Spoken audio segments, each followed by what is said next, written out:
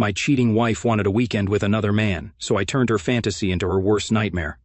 When I got home from work on Wednesday evening, Linda, my wife of 10 years, was waiting for me. She motioned for me to sit at the table, signaling the beginning of what I expected to be a series of unpleasant conversations. Based on what I had read, she took a deep breath, expressed her love for me, and assured me of her commitment to our marriage. But her next words took me off guard. She wished to take a lover. I braced myself, unable to understand her desire to pursue someone else despite claiming to love and cherish our relationship.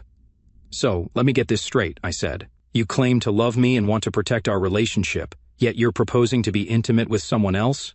"That's putting it rather bluntly," she said. "I've met someone I'd like to have a physical relationship with. It would only happen on occasion, and I promise to be open about it. If you truly love me as you claim, you'll give me this freedom because I believe it won't hurt my feelings for you." Her words stung, and I struggled to understand her reasoning. Linda, on the other hand, appeared unfazed, even smiling as she went on. She questioned my hypothetical reaction if the roles were reversed, but I knew she wouldn't take such a suggestion well. Despite my reservations, I tentatively agreed to consider her proposal with the caveat that it would not jeopardize our relationship. "Bullcrap, you would have flipped out if I'd mentioned it," I scoffed, taking her off guard. She appeared surprised, saying, "I didn't expect you to react like this. I assumed your love for me would enable me to pursue something so important to me. What you're smoking must be illegal. Did you think I just said you could go sleep with this guy? Do you expect me to sit at home while you spend the weekend with him?" I replied. "Maybe I didn't think things through properly," she admitted. "What do you think?" "Yeah, I didn't really think about everything, including your feelings. If I say no, will you still go through with it?" she inquired uncertainly. "I do not know. I didn't expect you to refuse." "I didn't think this through very well," she admitted. "Tell me what." "Give me a few days to think it over. Let's meet Sunday afternoon after I've had some time to think." "You totally caught me off guard tonight," I said. I went to our bedroom and began moving my belongings to the guest room. "What are you doing now?" she asked. "I'd rather not share a bed with someone who is preoccupied with someone other than me," I responded, slamming the door once I was in the guest room. Sleep was elusive, but I devised a plan. I also concluded that if she followed through, we were done. The next day, I left for work at my usual time without speaking with Linda. I called my workplace and asked for 2 days off for personal reasons. Then I went out and bought 3 voice-activated recorders. I strategically placed one near the phone, one in the bedroom, and one in her car.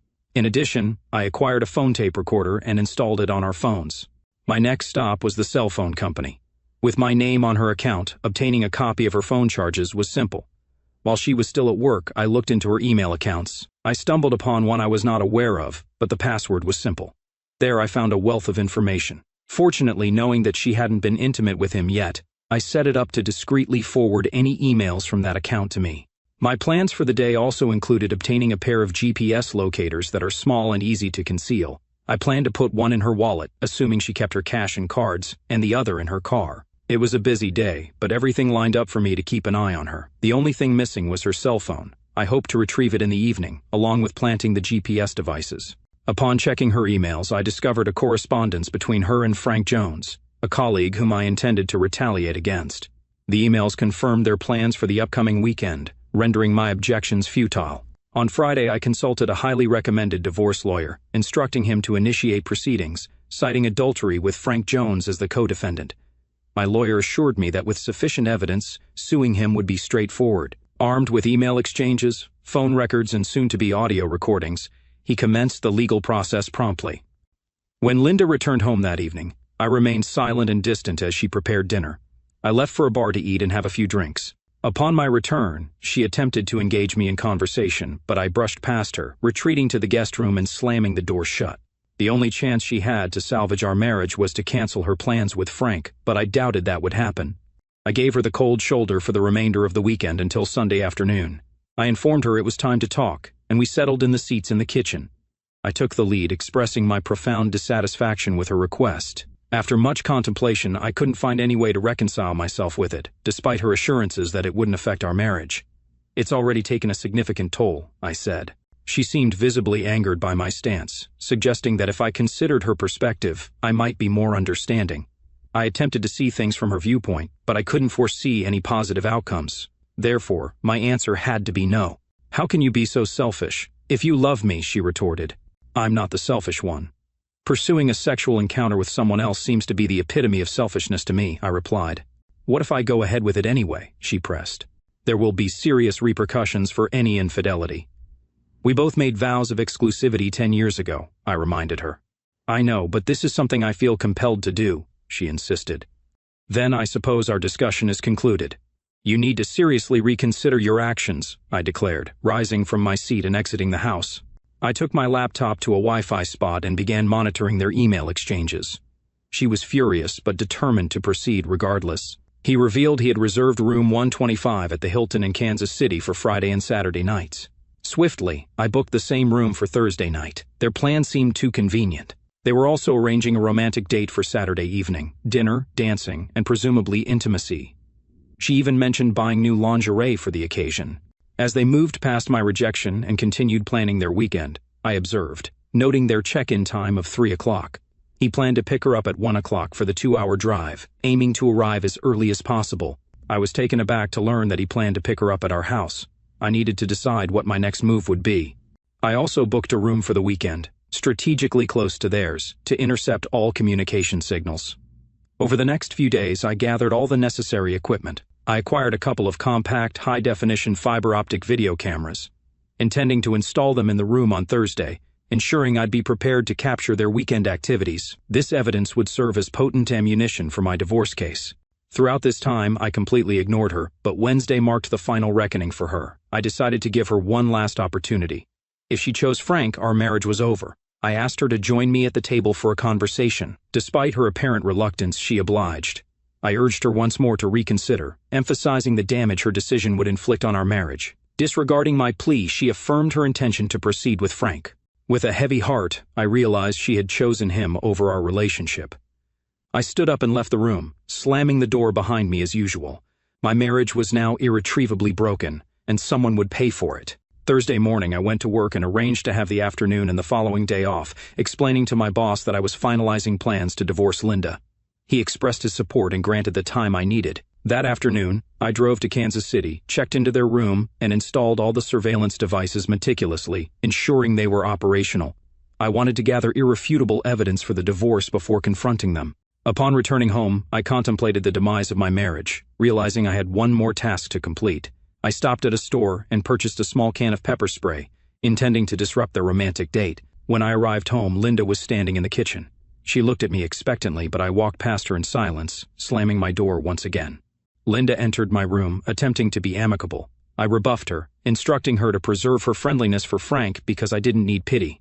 Ignoring her, I turned away, prompting her to leave. Despite fitful sleep that night, I ensured everything was in place to end this situation. Friday morning, I rose at the usual time and left without uttering a word to her. At the lawyer's office, I signed the necessary papers, informing him that I'd have all the evidence by Monday and requesting that she be served at work that afternoon. I also asked that papers be served to Frank simultaneously, as I was suing him for alienation of affection. Checking Linda's GPS, it indicated she was at the hair salon. Upon returning home, I searched her suitcase and discovered her new, alluring underwear. Regrettably, it wasn't for me. Wearing rubber gloves, I retrieved the pepper spray and discreetly sprayed her underwear and bra cups before returning them to the suitcase. It was time for some fun. Next, I went to the bank and closed all our joint accounts, transferring the funds to a new account. I then canceled all the credit cards with both our names on them. After a satisfyingly thorough morning, I returned home to bid farewell to my wife. It was 12:30, and I knew she'd be preparing for a rendezvous with her new beau. Upon entering the house, Linda was nowhere to be seen, so I assumed she was upstairs getting ready. With resolve, I ascended to her room and entered. She stood there, clad in a set of sexy underwear I had once gifted her. As she moved to cover herself, I stopped her, noting I had seen it before. With a new hairdo, flawless makeup, and lingerie, she looked stunning. I couldn't resist speaking my mind. "You look amazing." "It's a shame you don't put in this much effort for me," I said. "It's not like that. I just want to make a good impression," she responded. "You seem more concerned about what he thinks than you've ever been about me," I remarked. "I just wanted to feel sexy today," she explained. "While you certainly look sexy, you know I loved you with all my heart," I countered. "We made vows to forsake all others. That meant something to me, but apparently not so much for you." Approaching her, I gently removed the rings from her left hand. "I gave you this ring on our wedding day. The engagement ring belonged to my mother, so I'll keep it for the same reason, but I won't tolerate you wearing these while you're with someone else." Stunned, she remained silent as I continued. "I won't be here when he arrives, but he can't come into my house. If you cross that line, there will be consequences. I'll be watching." "Why are you doing this?" she protested. "Because you've betrayed our love," I replied coldly. "I hope this weekend is worth it." With that, I turned and walked away from my soon-to-be ex-wife, ignoring her cries as I left. Parking down the street, I kept watch. I ensured I parked where Linda could spot me if he entered the house. I risked going to jail, but the impact on them would be far worse. Soon enough, his car pulled up. He approached the door, rang the bell, and Linda emerged with her suitcase, immediately wrapping her arms around his neck for a passionate kiss. As he picked up her suitcase, she shot me a smug grin, then sat beside him in the car, flashing another smug look as they drove past. I responded by flipping her off, causing her smug expression to vanish. Returning home, I changed all the locks and garage door code. After grabbing the suitcase I'd already packed, I headed to Kansas City, checked in, and set up my laptop in my room. The camera captured Linda unclothed in bed, indicating he'd already had his way with her, and it was evident he hadn't lasted long. Emerging from the bathroom, he too was unclothed, revealing his diminutive size, prompting laughter from me as he approached the bed, ready for another round. Linda smiled and embraced him, but I couldn't help but chuckle as she reached for his small member. It was clear she wasn't accustomed to such a lackluster performance. Her frustration was apparent as he struggled to satisfy her, and it seemed she would return home dissatisfied, only to be kicked out the next day. He made several unsuccessful attempts while she remained unfulfilled, much to my amusement. Satisfied with the outcome, I left to grab dinner and a few drinks, feeling vindicated. I set everything to record, gathering evidence for my lawyer and to underscore her poor choice in partners. Upon my return, he was asleep, and she appeared even more frustrated. Despite the initial pain of losing my wife, this situation was becoming rather amusing. I went to bed, envisioning the mischief I'd stir up the next day. Thoughts of attractive women at the bar reminded me of the freedom to pursue them. Falling asleep with a contented smile, I felt relieved knowing my path was clear. Upon waking refreshed, I eagerly prepared for some enjoyment.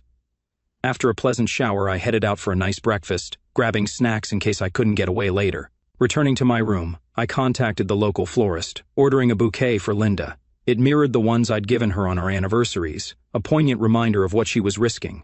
Though I hoped for good timing, it was inconsequential. The delivery aligned perfectly as they returned and began to engage intimately.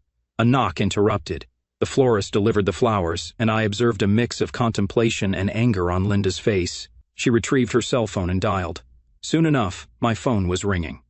I answered, and we exchanged a brief conversation. "Hello, how are you doing?" she inquired. "Not worth a crap." "My wife is out with some other guy while I stew in anger," I responded bitterly. "Why do you ask? It's not like you care." "Well, I just received a bouquet of flowers similar to what you usually get me for our anniversary. I wanted to know what you were up to," she explained. "I don't understand how you could think I did that. Firstly, you and your brilliant boyfriend kept me in the dark about your whereabouts. Secondly, if I had sent you flowers, they wouldn't have been pleasant. The card would have been scathing, addressing my cheating wife," I retorted. "And you, little Frankies, maybe they'll give you a glimpse of what you're sacrificing." I noticed her stunned expression as I turned off my phone. She attempted to call again, but of course, there was no answer.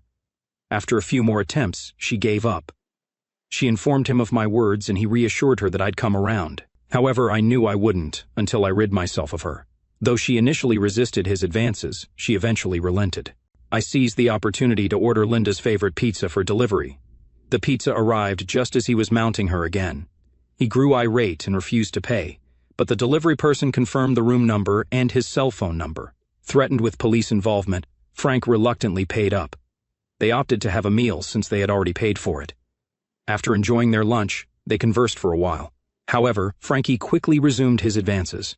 As things heated up between them, I phoned the sandwich shop and ordered her favorite sandwich for delivery. He had been engaged in intercourse with her for about 1 minute when the sandwich arrived.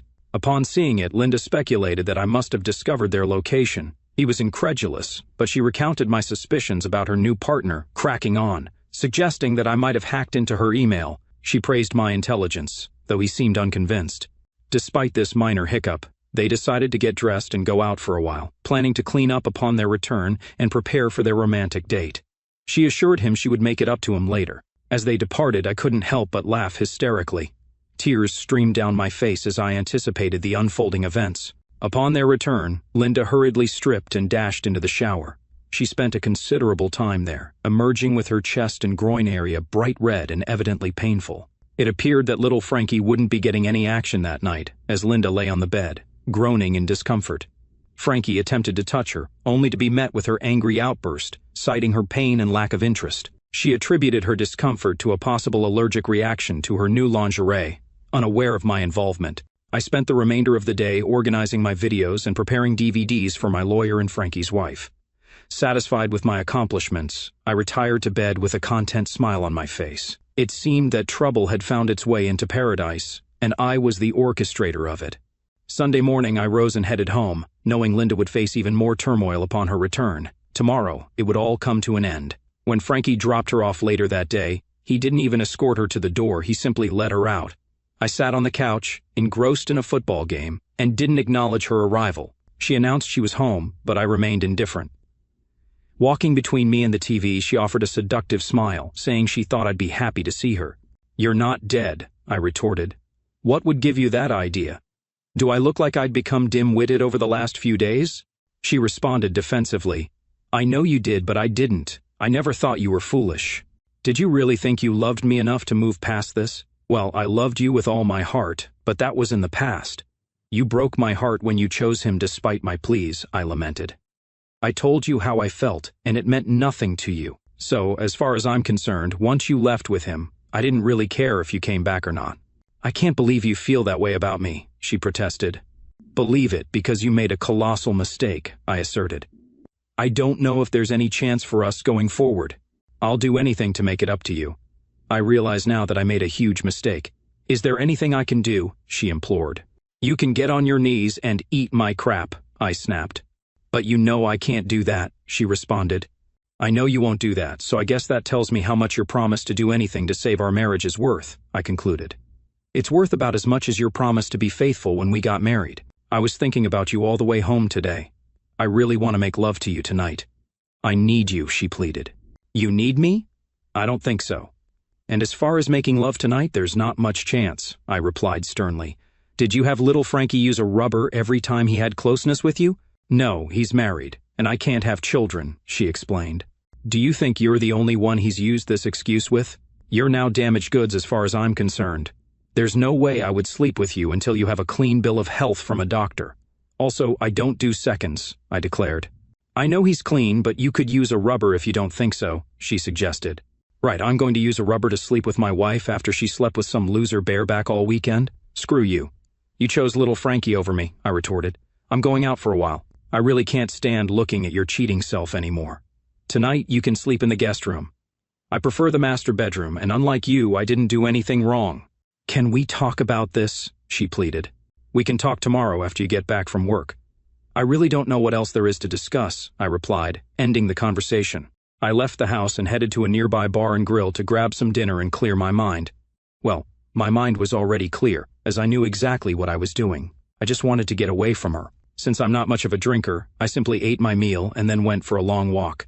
Upon returning home, I found her in my bed. I glared at her and demanded she get out of my bed. "This is our bed. I've just as much right to be here as you do," she protested. "The hell you do. You gave up that right when you slept with little Frankie.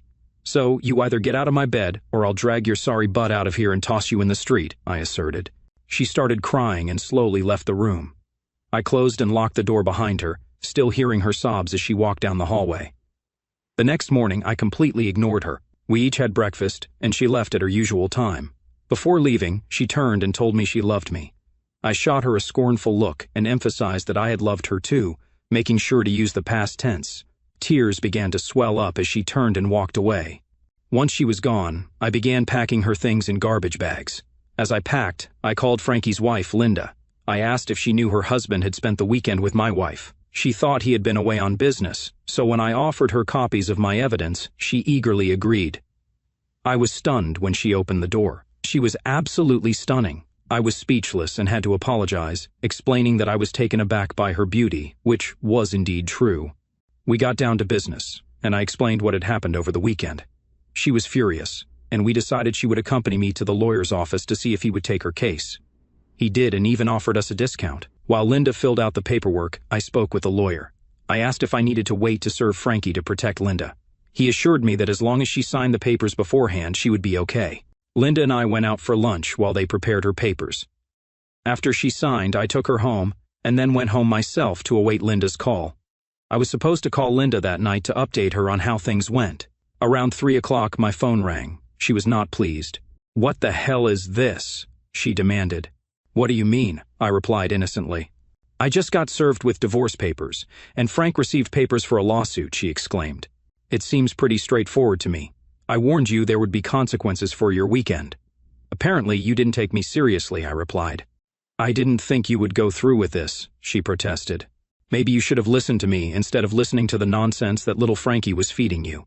"I don't want to discuss this over the phone. We'll talk when you come back to my house," I replied before hanging up. I then took the garbage bags containing her belongings and threw them into the front yard, preparing for her return. As she pulled into the driveway, she erupted in anger. I recorded the confrontation, intending to use it as evidence for a restraining order to keep her away from me. Despite her screaming and spitting, I remained calm and composed as she vented her frustration. I finally gave in and initiated our last conversation. "If you're willing to talk, you need to calm down so we can have a discussion. Otherwise, I'll pack your things in your car, and you can leave." "I never imagined you'd do this to me." "Do this to you? You foolish woman, you did this to me and to our relationship. I warned you repeatedly not to do this, even begged you not to ruin our marriage, but you chose to destroy it. So, why would you think I wouldn't file for divorce?" I said. "You claimed you loved me. I did. I loved you more than anything, and in return you shattered my heart. The evident issue is that you didn't love or respect me. I can't stay with someone who thinks so little of me. But I still have feelings for you," she said. "Nonsense. If you truly loved me, you wouldn't have slept with little Frankie this weekend," I replied. "Why do you keep calling him little Frankie?" "Because I had video cameras in your room and recorded the whole weekend. It's obvious why I call him little. The moment I saw his pitiful size, I laughed until I cried. I questioned if you could even feel him inside you. I noticed you weren't climaxing like you do when we're intimate. We don't just have sex, we make love." "That's the significant difference," I said. "I agree, what we had was genuine love. You're probably going to miss that. Look at it positively. Now you're free to be with anyone you desire. You could have a different partner every night," I continued. "I don't want that. I want you and only you. Let's go inside and talk for a bit. I apologize for being harsh, but I'm filled with anger right now. However, I know that I would never physically harm you." "The same cannot be said for little Frankie," she said. We entered and settled at the kitchen table, a familiar spot for us. It hit me hard, realizing this would be our final gathering here. We sat together as she initiated the conversation this time. I urged myself to stay composed and avoid speaking harshly. "You wouldn't actually harm Frank, would you?" Linda began, her voice tinged with concern. "Why not? He shattered my once blissful marriage. I believe he should face consequences beyond my lawsuit and his divorce," I responded, my tone firm. "He's not getting a divorce." "His wife agreed to our arrangement and allowed him to proceed," Linda countered, hoping to present a different perspective. "That's just a tactic to vilify me and win her over," I argued, skeptical of their motives. "I spoke to his wife this morning and shared my evidence. Now we share a lawyer who even gave us a discount," Linda informed me, revealing her proactive steps. "I wish you had been truthful when I asked how you'd react if I wanted to be with another woman," I accused, feeling betrayed. "You would have reacted strongly, just as his wife did." "I don't believe you," Linda defended herself, doubting my hypothetical tolerance. "And that's precisely why we're divorcing. I no longer care about your beliefs. When you call him later, you'll find he's also been ousted," I declared, sealing the fate of our marriage. "So you're really kicking me out?" Linda asked, seeking clarification on her immediate future. "Since the night you revealed your plan, I've been contemplating in the guest room. Within 1 hour, I decided on divorce," I explained, detailing my decision-making process. "Why didn't you inform me beforehand?" Linda inquired, puzzled by my silence. "I doubted you'd stop. It would have only angered you." Despite explaining my feelings several times, the choice had to be yours, I reasoned, highlighting the importance of personal choice. "I saw in your emails that my words meant nothing to you, confirming my decision." "I can't believe I was that naive," I confessed, reflecting on my delayed realization. "Is there any chance for forgiveness?" Linda asked, her voice softening. "Linda, I once loved you enough to consider it, but last night was your final chance, and you squandered it. While I might forgive, I can never trust you again." Living with that uncertainty isn't an option. It's best we end it now, I concluded, closing the chapter on our relationship. She burst into tears, but I remained resolute. Unlike you, I've pondered this extensively and always arrive at the same conclusion. I'm divorcing you, and I'll make sure little Frankie pays for what he did to our marriage, I declared firmly. Before you leave, you can contact him and arrange a place to stay, but don't attempt to use your credit cards, they've all been canceled. I left half the funds in our checking account for you, but I removed my name from it. I'll split our savings with you. You can keep your car, but you're responsible for the payments. All your belongings and clothes are yours to keep, and once you find a place, take as much furniture as you need. However, the house is mine. If I sell it, I'll share the proceeds. It's all specified in the divorce papers. If you choose to contest it, I'll use all my evidence, even if it means destroying you. I hope it doesn't come to that. But I'm prepared to do what's necessary. I won't fight it. This is all my fault. I just wish I could take it back, Linda responded, her voice filled with regret. You know the difference between a cheating wife and a light bulb, don't you? I asked, trying to inject dark humor into the situation. No, what is it? Linda inquired, puzzled and still tearful. You can unscrew a light bulb, I answered, attempting to lighten the mood. She didn't find it amusing. I escorted her out of the house, packing her belongings into her car as she cried.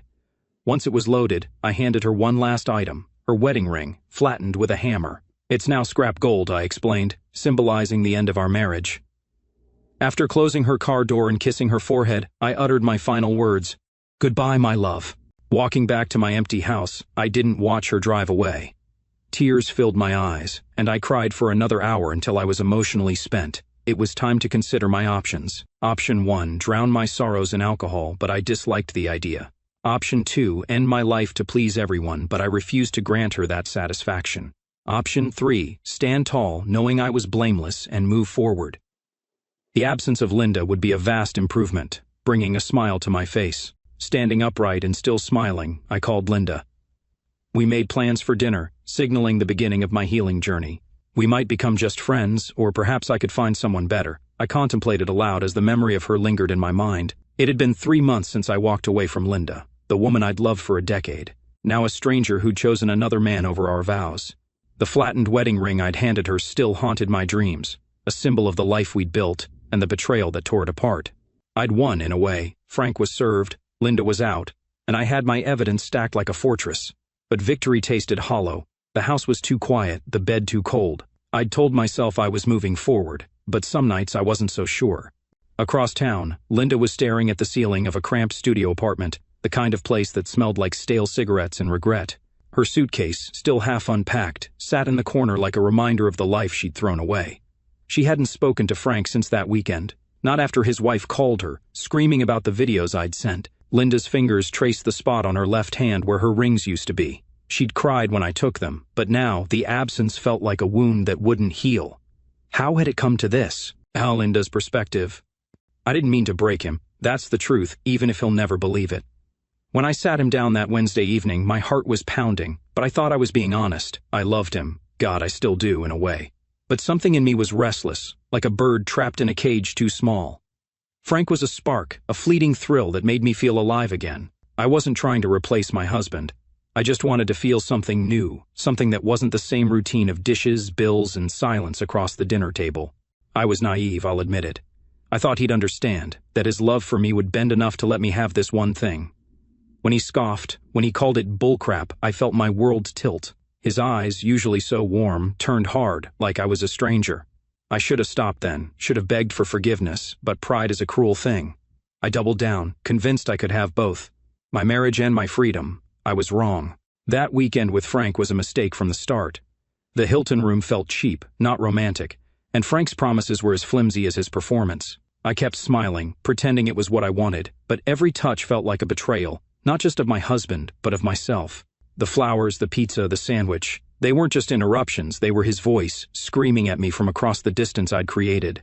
I saw his pain in every delivery, and it gutted me. When I called him about the flowers, his bitterness cut deeper than I expected. My cheating wife, he'd said. I hung up, trembling, knowing I'd lost him. The pepper spray was the final blow. I didn't know it was him, not at first. I thought it was an allergic reaction, maybe to the new lingerie I'd bought to feel sexy, to feel wanted. But when I saw his car parked down the street as Frank drove me away, that smug grin of mine faded. He wasn't just watching, he was planning. The pain, the humiliation, it was his revenge and I deserved it. By Sunday, when Frank dropped me off without even a goodbye, I knew I'd burned every bridge. Coming home to him, I tried to play the part, seductive, remorseful, anything to bridge the gap. But his eyes were empty, his words sharp as knives. "You're damaged goods," he said, and I felt my soul crack. I begged, I cried, but it was too late. The divorce papers, the garbage bags in the yard, the flattened ring, they were his way of erasing me. I drove away, sobbing, knowing I'd never see that house again, never feel his arms around me. I'd chosen Frank, and now I had nothing. These past 3 months, I've been picking up the pieces. The apartment is a dump, but it's mine. I got a new job, a small office gig that pays enough to keep the lights on. I've started therapy, something I never thought I'd do. My therapist says I was chasing validation, that I sabotaged my marriage because I didn't believe I deserved it. Maybe she's right. I think about him every day, not Frank, but my husband. I wonder if he's happy, if he's found someone new. I want to call him, to say I'm sorry, but I know he'd hang up. I broke his trust, and no amount of regret can fix that. Last week, I saw him at a coffee shop. He didn't see me. He was alone, reading a book, a small smile on his face. He looked lighter. It hurt, but it also gave me hope. If he can move on, maybe I can too. I'm not there yet, but I'm trying. One day, I'll forgive myself. Until then, I'll carry this weight, a reminder of the love I lost and the woman I want to become. And a husband's recovery. I thought kicking Linda out would feel like freedom, but it felt more like amputation. The house was a museum of memories, her laugh in the kitchen, her perfume on the pillows. I sold it last month, took my half of the savings and moved into a condo downtown. It's smaller, modern, with a view of the city skyline. No ghosts here, just me and a fresh start. The first few weeks were rough. I'd wake up reaching for her, only to remember she was gone. I drank too much, scrolled through old photos, then deleted them in a fit of rage. My buddies tried to drag me to bars, saying I needed to get back out there, but I wasn't ready. Linda's betrayal wasn't just a wound, it was a scar, one I'd carry forever. Work became my anchor. I threw myself into projects, stayed late, and earned a promotion. My boss, a good guy, knew about the divorce and didn't pry, but he'd slip me extra responsibilities, knowing I needed the distraction. It helped, but it wasn't enough. I needed something more, something to fill the void she'd left. That's when I met Sarah, not in a bar or on some app, but at a bookstore. I was browsing thrillers, looking for something to drown out my thoughts, when she bumped into me, spilling her coffee. She apologized, laughing, and I noticed her eyes, green like jade with a warmth I hadn't seen in months. We talked for an hour, about books, movies, anything but our pasts. She gave me her number, and I walked away feeling something I hadn't in a long time: hope. Sarah's different from Linda. She's a teacher, grounded, with a dry sense of humor that catches me off guard. We've been on a few dates, dinner, a walk in the park, a movie where we whispered jokes through the credits. I'm careful, though. Every time she smiles, I wonder if she's hiding something. If she'll turn out like Linda. I hate that part of me, the part that can't trust, but it's there, lurking like a shadow. I told Sarah about the divorce last week, over wine at her place. Not the ugly details, just that it ended because of infidelity. She listened, didn't push, and said, "That sounds like it broke you, but you're still here, and that's something." Her words hit hard. I am still here, aren't I? Not whole, not yet, but standing. I've been seeing a counselor too, a guy who doesn't sugarcoat things. He says my need for control, those cameras, the GPS, the pepper spray, was my way of fighting the chaos Linda unleashed. He's right. I wanted to hurt her, to make her feel a fraction of my pain. It worked, but it didn't fix me. He's helping me let go, not just of Linda, but of the anger that's been eating me alive. Yesterday I ran into Frank's wife, Linda, the other Linda, at the grocery store. She looked tired but strong, like someone who'd been through hell and come out swinging. She told me Frank moved out, that she's filing for divorce too. We laughed, a bitter kind of laugh, about how our spouses thought they could have it all and ended up with nothing. She's dating someone new, a mechanic who treats her right. "You should try it," she said, winking. "There's life after this mess." I'm starting to believe her. Sarah invited me to meet her friends next weekend, a big step. I'm nervous, but I said yes. Maybe it's too soon. Maybe I'm not ready, but I'm tired of living in the past. Linda's gone and I can't change what she did. But I can choose what comes next. Last night, I dreamed of the flattened ring again, but this time, I wasn't handing it to Linda. I was tossing it into a river, watching it sink as the water carried it away. When I woke up, I felt lighter, like I'd let go of something heavy. I'm not over it, not completely, but I'm moving forward, one step at a time. And for the first time in months, I'm starting to think that might be enough. Linda sat at her therapist's office, a notebook in her lap, scribbling thoughts she couldn't say aloud. She was learning to forgive herself, to see the woman she'd been as flawed but not irredeemable. Across town, her ex-husband was laughing with Sarah over a bad sci-fi movie, feeling the stirrings of something new. Two lives, once entwined, now diverged, each finding their own path through the wreckage. The pain lingered, but so did the possibility of redemption, of healing, of a future neither had expected. And somewhere in the space between their stories was the truth. Love can break you, but it can also teach you to stand again. Thank you for taking the time to hear today's stories. If you enjoyed listening, please like and subscribe if you have not already. Also, leave a comment below with your thoughts on what transpired.